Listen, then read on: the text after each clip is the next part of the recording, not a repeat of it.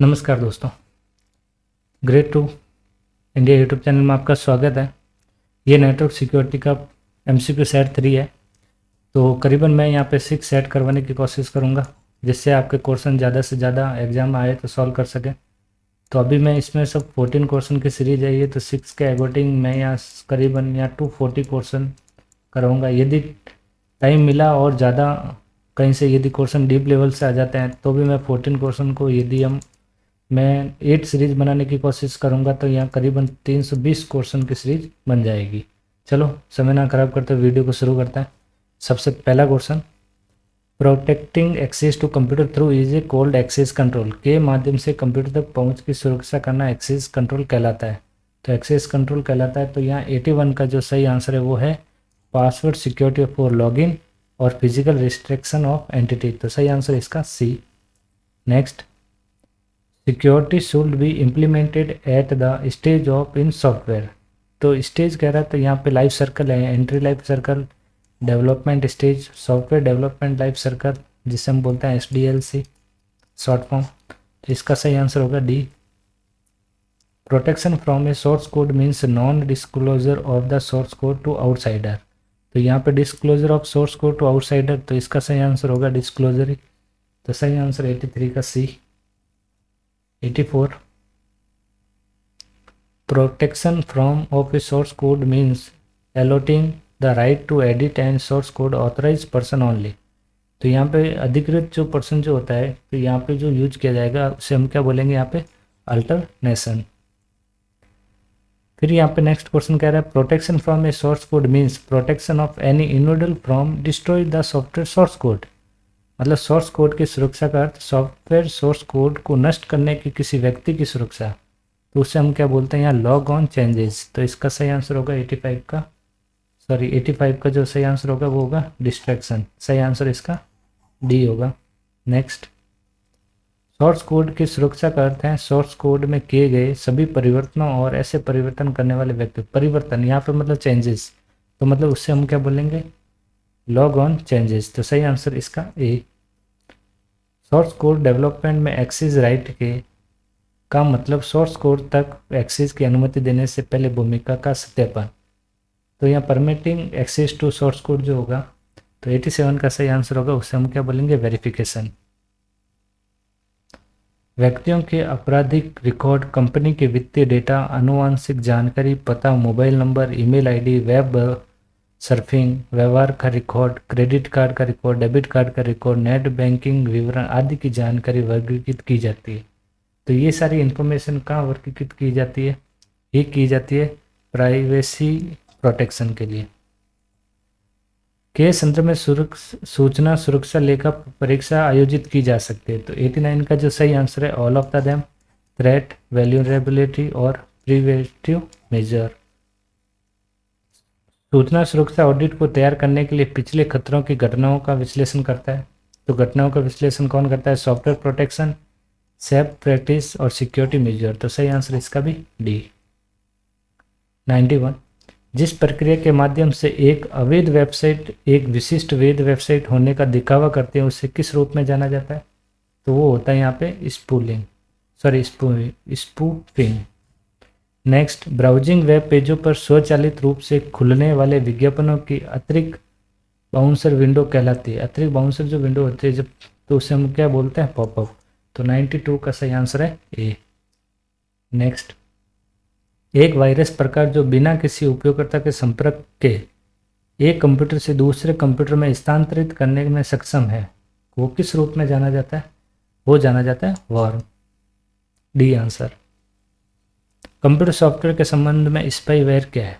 तो स्पाईवेयर क्या होता है कंप्यूटर के संबंध में, तो स्पाईवेयर क्या है, यहाँ पे इसका मैं पूरा डिस्क्रिप्शन में आंसर लिखा है मैंने, सी। सॉफ्टवेयर जिसका उद्देश्य किसी व्यक्ति के बारे में उसकी जानकारी के बिना जानकारी एकत्र करना और ऐसी जानकारी किसी अन्य संस्था को भेज सकता है। तो इसका सही आंसर है सी। एक कंप्यूटर प्रोग्राम जो स्वयं की प्रतियों को अन्य निष्पादन योग्य कोड या दस्तावेज में सम्मिलित करके फैलाता है, तो उसे हम क्या बोलते हैं यहाँ पे, कंप्यूटर वायरस। एक प्रोग्राम जो कंप्यूटर से सभी डेटा को हटा देता है, तो कंप्यूटर को सभी डेटा को कौन हटाएगा, यहाँ पे स्वीपर। तो इसका सही आंसर 96 का ए, ट्रोजन हॉर्स, मतलब ये एक वायरस का नाम है, ट्रोजन हॉर्स ये वायरस है। तो इससे 97 का जो सही आंसर है, यह एक सॉफ्टवेयर प्रोग्राम है जो वैध प्रतीत होता है लेकिन इसे छुपे हुए कार्य होते हैं और नुकसान पहुंचाता है। इसका सही आंसर क्या हो गया, ए 98। जब किसी व्यक्ति को बार बार पीछा किया जाए, कॉल करने, पत्र लिखकर परेशान किया जाता है, उसे हम क्या बोलेंगे, स्टॉकिंग। तो इसका आंसर 98 का बी। नेक्स्ट, निम्न में से कौन सा कंप्यूटर या कंप्यूटर नेटवर्क के लिए बाहरी खतरा नहीं है।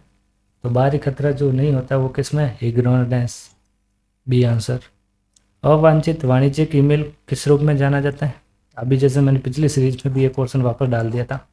तो अनसॉलिटेड जो मेल होता है उसे हम क्या बोलते हैं, स्पैम।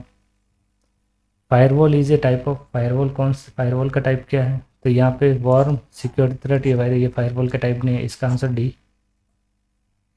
यह एक प्रोग्राम या हार्डवेयर डिवाइस है जो किसी नेटवर्क या कंप्यूटर सिस्टम में इंटरनेट कनेक्शन के माध्यम से आने वाली सूचनाओं को फिल्टर करता है। तो आने वाली सूचनाओं को जो फिल्टर करता है उसे हम क्या बोलते हैं, फायरवॉल। फायरवॉल एक है, मतलब क्वेश्चन देखो वापस मैंने भी यहाँ रिपीट नहीं किया है फायरवॉल के बारे में वापस, कि फायरवॉल इज ए। तो फायरवॉल जो क्या होता है, फायरवॉल जो होता है अनधिकृत भौतिक पहुंच को रोकने के लिए कॉर्पोरेट की सीमा तक तैनात सुरक्षा उपकरण, मतलब security devices deployment at the boundary of a corporate a prevent unauthorise physical access. तो इसका आंसर हो गया सही, डी। नेक्स्ट, ए फायरवॉल में भी इम्प्लीमेंटेड इन, फायरवॉल को लागू किया जा सकता है। तो फायरवॉल को लागू किया जाता है router which connected internet to internet, मतलब इंटरनेट एक जो होता है प्राइवेट नेटवर्क होता है, ये private network. Next, firewall is a type of, firewall एक प्रकार का है। तो फायरवॉल एक प्रकार, अभी सेम क्वेश्चन यहाँ पे भी सही, 105वां डी। फायरवॉल रूट प्रोग्राम के हिस्से के रूप में है। तो फायरवॉल रूट हिस्से के रूप में क्या होता है, filter packeting travelling from and the internet of from to internet. तो इसका सही answer C. Main function of proxy application gateway firewall, proxy application gateway firewall का मुख्य कार्य। तो मुख्य कार्य क्या होता है, इंटरनेट उपयोगकर्ताओं को निर्दिष्ट इंटरनेट सेवाओं को सुरक्षित रूप से उपयोग करने की अनुमति देने के लिए। तो इसका सही आंसर है ए। एक इंटरनेट पर एक कठोर फायरवॉल होस्ट, मतलब यहाँ कहते हैं hard and firewall host on internet. तो 108 का जो सही आंसर है वो भी है यहाँ पे। इसके जो ऑप्शन है सारे राइट होंगे यहाँ पे, फर्स्ट, सेकंड, थर्ड और फोर्थ। ये मैंने चारों पॉइंट यहाँ एक साथ डाल दिए हैं कि ग्राहक को अनुरोधित सभी इंटरनेट गतिविधियों को आरंभ करना और निगरानी करना। फिर यहाँ पे मैंने बाहरी लोगों को इंटरनेट के भीतर आईपी पते तक पहुँच रोकना, निर्दिष्ट इंटरनेट उपयोगकर्ताओं को इंटरनेट से निर्दिष्ट सेवाओं को पहुँच की अनुमति देना, उस पर एक प्रॉक्सी एप्लीकेशन गेटवे प्रोग्राम चल। तो इसका सही आंसर ए। इंटरनेट पर हार्ड फायरवॉल होस्ट है। तो हार्ड फायरवॉल होस्ट क्या होता है, एक सॉफ्टवेयर है जो इंटरनेट पर एक विशेष आरक्षित कंप्यूटर पर चलता है, मतलब reserve computer on the internet. तो सही आंसर ए। हमें अपने कंप्यूटर को हैकर से बचाने के लिए चालू करना चाहिए। तो हैकर से बचाने के लिए क्या चालू करना चाहिए, फायरवॉल। नेटवर्क लेयर फायरवॉल के रूप में कार्य करता है, मतलब network layer firewall work as a. तो नेटवर्क लेयर फायरवॉल पर कार्य करता है पैकेट फिल्टर पर। नेटवर्क लेयर फायरवॉल में के रूप में दो उप श्रेणियाँ हैं। तो दो उप श्रेणियाँ कौन सी है, वो है स्टेटफुल फायरवॉल और एक है स्टेटलेस फायरवॉल। तो सही आंसर हो गया इसका डी। एक फायरवॉल उस बिंदु पर स्थापित किया जाता है जहां सुरक्षित आंतरिक नेटवर्क और अविश्वसनीय बाहरी नेटवर्क मिलते हैं, जिसे कहा जाता है, जिसे क्या कहा जाता है, चेक पॉइंट। निम्नलिखित में से कौन सा फायरवॉल का प्रकार है। तो फायरवॉल का जो प्रकार है वो कौन सा है, पैकेट फिल्टरिंग फायरवॉल। एक प्रॉक्सी फायरवॉल फिल्टर करता है। तो प्रॉक्सी फायरवॉल क्या फिल्टर करता है, यहाँ पे एप्लीकेशन लेयर को। एक पैकेट फिल्टर फायरवॉल फिल्टर करता है। तो पैकेट फिल्टर फायरवॉल क्या करता है यहाँ पे, तो वो करता है network layer and transport layer. What tell a firewall how to reassemble of data stream that has been divided into packet. तो 117 का जो सही आंसर होगा द सोर्स राउटिंग फीचर्स।